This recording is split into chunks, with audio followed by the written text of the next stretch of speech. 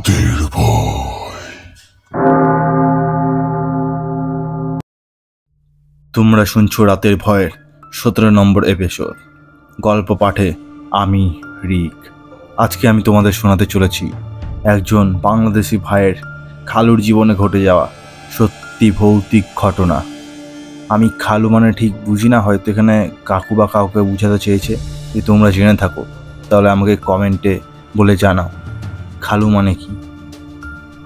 এই বাংলাদেশি ভাই এর আগেও আমাকে দুটি ঘটনা পাঠিয়েছে, যেটি আমি 11 নম্বর এপিসোড ও 13 নম্বর এপিসোডে সম্ভবত পোস্ট করেছিলাম।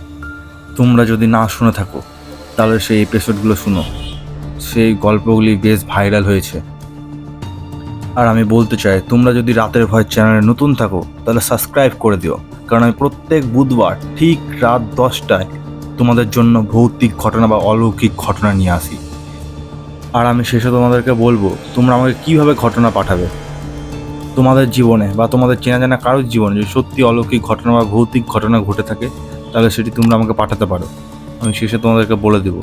আর লিঙ্কও আমার ডিসক্রিপশানে দেওয়া আছে, সেটি তোমরা না তো দেখতে পারো। এমডি রাফিকুল ভাইয়ের দুটি ঘটনায় সেরা হয়েছে এর আগে, তাই জন্য এই ঘটনাটিও শুনো, এটাও খুব ভয়ানক।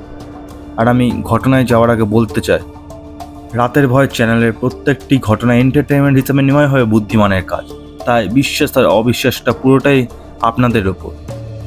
আমি বেশি কথা না বলে ঘটনার দিকে এগোচ্ছি, তাই কানে হেডফোন দিয়ে তৈরি হয়ে যাও ভয় পেতে। আমাকে যেভাবে ঘটনাটি লিখে পাঠিয়েছে আমি সেভাবে তোমাদের পড়ে শোনাচ্ছি। আমি এখন যে ভৌতিক গল্পটি বলবো সেটি কোনো বানানো বা কাল্পনিক গল্প নয়, সেটি একটি সত্যি ভৌতিক ঘটনা। আশা করি সবার ভালো লাগবে। এই ঘটনাটি ঘটেছিল প্রায় 20 থেকে 30 বছর আগে। আমার বড় খালু মির্জাপুর নামক এক গ্রামে বাস করে। তিনি প্রতিদিন প্রায় 10 কিলোমিটার পথ হেঁটে শহরে বেশি এলাকায় কাজ করতে আসে। তিনি খুব সাহসী ও পরিশ্রমী। বড় খালু খুব ভোরে আজান দেওয়ার আগে ঘুম থেকে উঠে কাজের উদ্দেশ্যে বাড়ি থেকে বের হতো।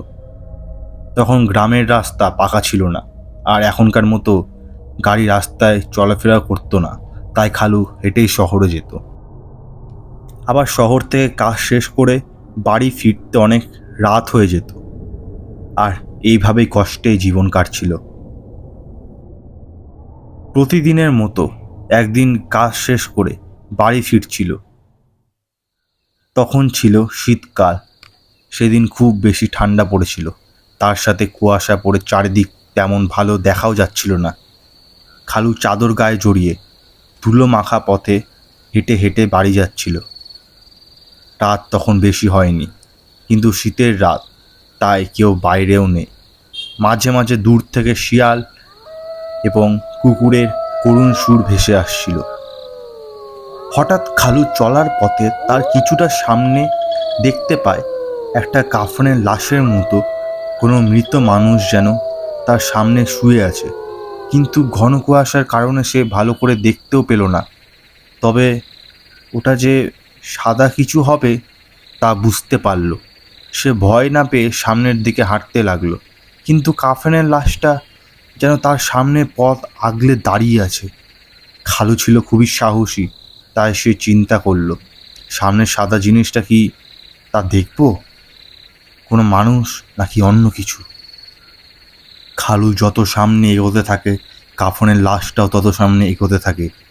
তখন খালুর মনে কিছুটা ভয় অনুভব হয়। এভাবে কিছু দূর যাওয়ার পর সে সাদা জিনিসটাকে স্পষ্ট দেখতে পেল। আর তখন যা দেখল, একটা সাদা কাফনে চকলেটের মতো করে মোড়ানো লাশটা সামনে দাঁড়িয়ে আছে। খালুর হাত পা তখন যেন স্থির হয়ে শরীরটা ঘামতে শুরু করলো। সে তখন চিন্তা করতে লাগলো, সামনের দিকে এগাবো না। কিন্তু তিনি ছিলেন খুব সাহসী, তাই বুকের সাহস নিয়ে 1 পা 2 পা করে সামনের দিকে এগোতে লাগলো। চোখের পলকে হঠাৎ লাশটা উধাও হয়ে গেল।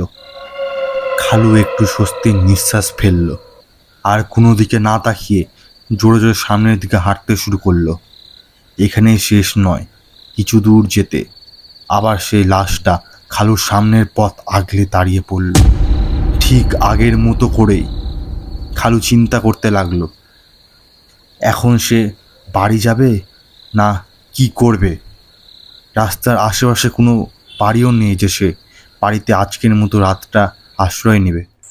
তবে কিছুটা দূরে একটা ছোট্ট দোকান আছে, আর দোকানদার সেই দোকানেই রাতে শুয়ে থাকে। তাই সে চিন্তা করলো, যেভাবেই হোক ওই দোকান পর্যন্ত তাকে যেতেই হবে। দোয়া কালেমা পড়তে পড়তে যখন দোকান পেয়ে গেল, দোকানদারকে জোরে জোরে ডাকতে শুরু করলো। খালুর ডাক শোনা কিছুক্ষণ পর দোকানদার দোকানের দরজা খুলে বেরিয়ে এলো, আর খালু ওপর রাগান্বিত হয়ে বলল, এই লোক, এত রাতে ডাকাডাকি করছেন কেন? খালু তখন বলল, ভাই, আগে আমাকে আপনার দোকানে আশ্রয় দেন, পরে সব আপনাকে বলছি। পরে দোকানদার খালুকে সেই রাতের জন্য তার দোকানে আশ্রয় দেয়। এরপর সকাল হলেই খালু বাড়ি ফিরে যায়। তারপর সে শহরের কাজটাও ছেড়ে দেয়। আর কোনোদিন রাতে ওই পথ দিয়ে খালু আর কোনোদিন যায়নি। এই ছিল বন্ধুরা ঘটনা। সত্যি কত ভয়ানক ঘটনা। তোমরাই ভাবো একবার, তোমাদের জীবনে যদি এরকম হতো তাহলে কি করতে। আমি চাই যদি এরকম কারোর জীবনে না হোক। এমডি রাফিকুল ভাই আমাকে খুবই ভালো ভালো ঘটনা পাঠায়। আমি চাইবো এরপরেও যদি আমাকে আরও ভালো ভালো ঘটনা পাঠায়, তাহলে আমি এমডি রাফিকুল ভাইয়ের একটি সিরিজ তৈরি করব, যেটি তোমরা আমার প্লে লিস্টে শুনতে পাবে। তোমরাও যদি চাও তোমাদেরও যদি একটি সিরিজ বানানো হয়, তাহলে তোমরা আমাকে সত্যি অলৌকিক ঘটনা বা ভৌতিক ঘটনা পাঠাতে পারো, তাহলে আমি সেটি সিরিজ করে দেবো। সিরিজের জন্য অন্তত 5টা ঘটনা লাগবে। তোমরা যদি আমাকে ঘটনা পাঠাতে চাও, তাহলে আমাকে ইনস্টাগ্রামে মেসেজ করো, স্টোরি কালেক্টর রিক বা রাতের বয় অফিসিয়াল সার্চ করলেই পেয়ে যাবে। বা আমাকে তোমরা মেল করো, স্টোরি কালেক্টর রিক @gmail.com-এ। আমার ডিসক্রিপশানে লিঙ্ক দেওয়া আছে, সেখান থেকে না তো আমাকে তোমরা মেসেজ করতে পারো ক্লিক করে। আর আমাকে তোমরা কমেন্ট করে জানাও তোমরা কে কোথায় থেকে আমার ঘটনাটি শুনছো। আর তোমরা যদি চ্যানেল নতুন থাকো তো সাবস্ক্রাইব করে দিও, কারণ তোমরা যত আমার পাশে থাকবে তত আমি ভালো ভালো ঘটনা তোমাদের জন্য আনতে পারবো। আজকে তাহলে এত দূরই থাক, আমি ফিরে আসছি আবার পরের বুধবার ঠিক রাত 10টায়।